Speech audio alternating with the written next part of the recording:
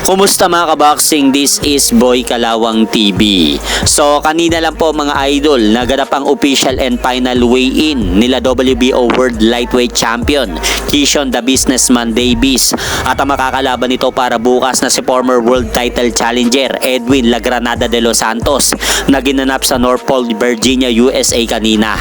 At ang unang tumapak nga po mga idol sa timbangan ay ito pong challenger na si Edwin de los Santos, dahil tumimbang nga po si de los Santos sa timbangan ng 134.7 pounds, habang ang kasalukuyang kampiyon naman na si Keyshawn Davis ay tumimbang naman po ito ng 139.3 pounds sa timbangan. Kaya overweight nga po itong kampiyon na si Keyshawn Davis ng mahigit na 4 na libra.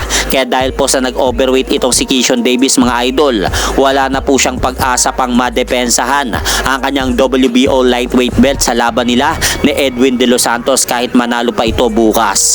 At may lumabas pa nga pong balita mga idol, dahil sa nag-overweight itong si Keyshawn Davis ng mahigit 4 na libra sa kanilang nangyaring official weigh-in ni Edwin de los Santos kanina, ay gusto nga pong pagpenaltehin ng kampo ni Edwin de los Santos itong si Keyshawn Davis bilang parusa sa hindi pagkuha nito ng tamang timbang sa kanilang nangyaring weigh-in.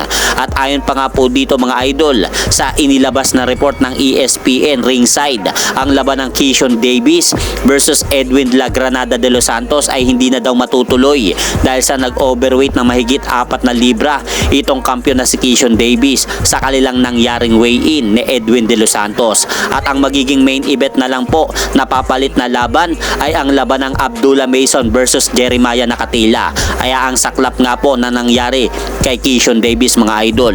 Sa kabilang balita naman po mga idol, muling mapapalaban si Olympic bronze medalist Yumir Felix Marcial ngayong darating na buwan ng July 19 sa MGM Grand Garden Arena upang harapin po nito ang boksingerong si Alexis Gaitan ng bansang Amerika na may kartadang 17 wins 10 losses with 6 knockout. At ayon pa nga po dito sa balita na inilabas ng Viva Promotion mga idol, mapapasama sina Yumir Felix Marcial at Alexis Gaitan sa laban ng Manny Pacquiao versus Mario Barrios ngayong darating na buwan ng July 19 sa MGM Grand Garden Arena, Las Vegas, Nevada. At ito nga pong magaganap na laban ni Yumir Felix Marcial kay Alexis Gaitan mga idol ay magsisilbing 8th rounder non-title bout sa middleweight division. Kaya kaabang-abang nga po ang laban na yan mga idol.